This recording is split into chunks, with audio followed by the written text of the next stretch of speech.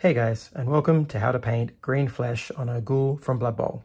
Alright, so we're going to do some green flesh today using an underpainting and overpainting technique. I've shown this many times on the channel, but I thought I'd do this one as this flesh was actually the flesh I used on the zombie dragon from my previous video with my converted Soulblight vampire on top. So if you're curious about that green flesh, this is the process that I used. And yeah, we're using those underpainting, overpainting painting techniques. So we've got some dark blues and purples, we've got some reds, and then going into greens, nice grass green, into some pale tones from GW there, and you get a really lovely result. You're going to have lots of shadows with red coming through, going up into those pale green colors. So it's pretty fun. It's a nice way to do it. You know, you can be very painterly at the start, and then you slowly build in that detail as you go, but it's a really cool one to do. So I'll stop waffling on and let's get started, eh?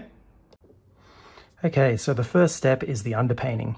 And so we begin with that dark blue, that night blue, and you're just painting all of the skin areas with that blue, and that gives you a nice dark shadow, a colored shadow, rather than the black that the undercoat is. So we begin there, and then we move through our different colored steps. And what we're trying to do here is create, I guess, a sort of a color map across the surface of the skin, and it's to simulate the subsurface scattering, which is the blood showing through the skin. So if you have a look at your own hand or your arm or something like that under light, you'll notice that there's a lot of colors under the skin, and that's the blood and the veins and so on, and the musculature and the bones all showing through and creating different colors. And so we're trying to simulate some of that. It's a bit like a heat map, you know, if you're looking at infrared or something like that, or any of those sorts of things, you'll get this sort of a map of color, and that's what we're trying to do. So as I go through, we'll be doing that royal purple, the warlord purple, and then the scarlet red, and you're doing less and less of the areas as you go. So you're building it up and creating little spots of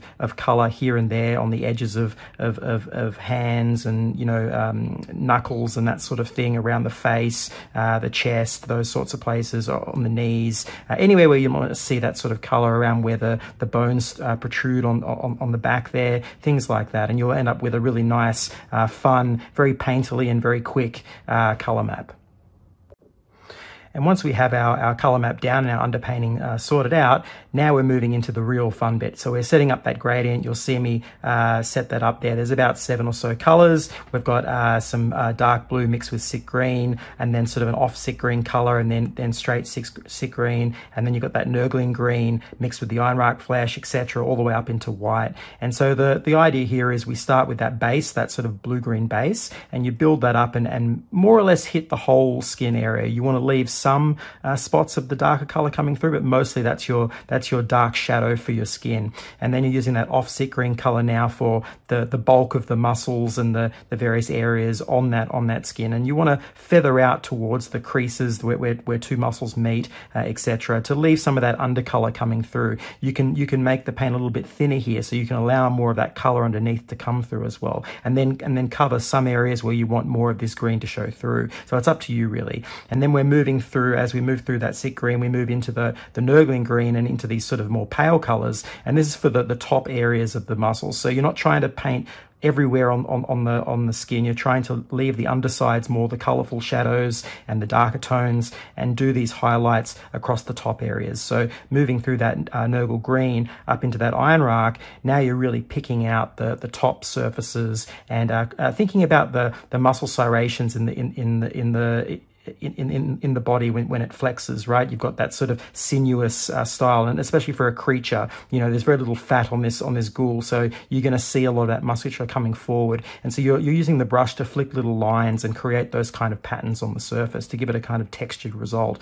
And so you're just going through and picking out where you think that'll be cool, and around the focal points of the model, you know, around the hands, etc., the chest, around the face, these sorts of areas. On this model particularly, you've got the back, and so you're doing that there, and you're just building up a lot of really lovely like tones and textures across the surface to give you something that looks really sort of ghoulish and creature-like, right?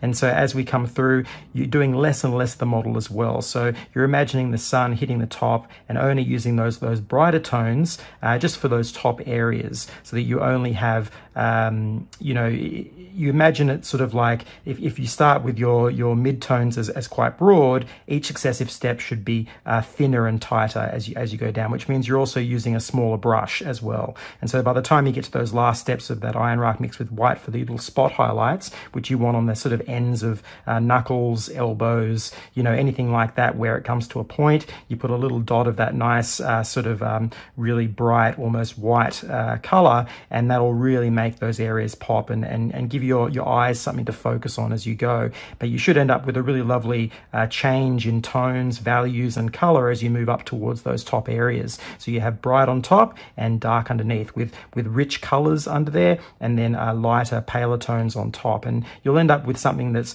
really characterful and full of life. And there we go, some nice colorful green ghoul flesh. Let's take a look.